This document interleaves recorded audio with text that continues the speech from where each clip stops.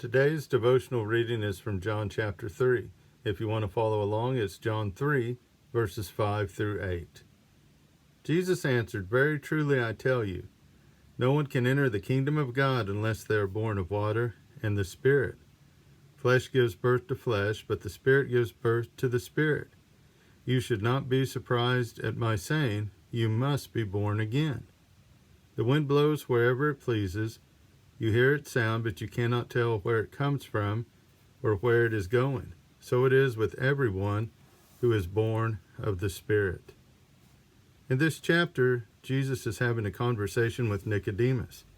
Nicodemus is a Pharisee, which would have been a strict religious sect of the Jews. He was also a member of the Sanhedrin, which is the 70, the Jewish ruling council.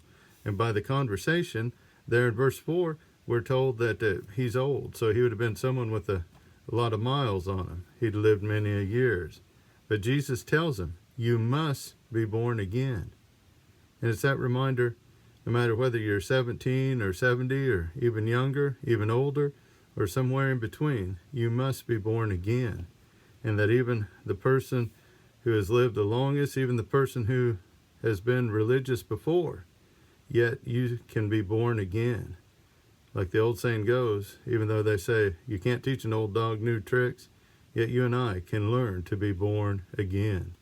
And as he says, this is born in the Spirit, and there's that great connection there between the Spirit and the wind. In fact, as far as the Greek goes, the same word.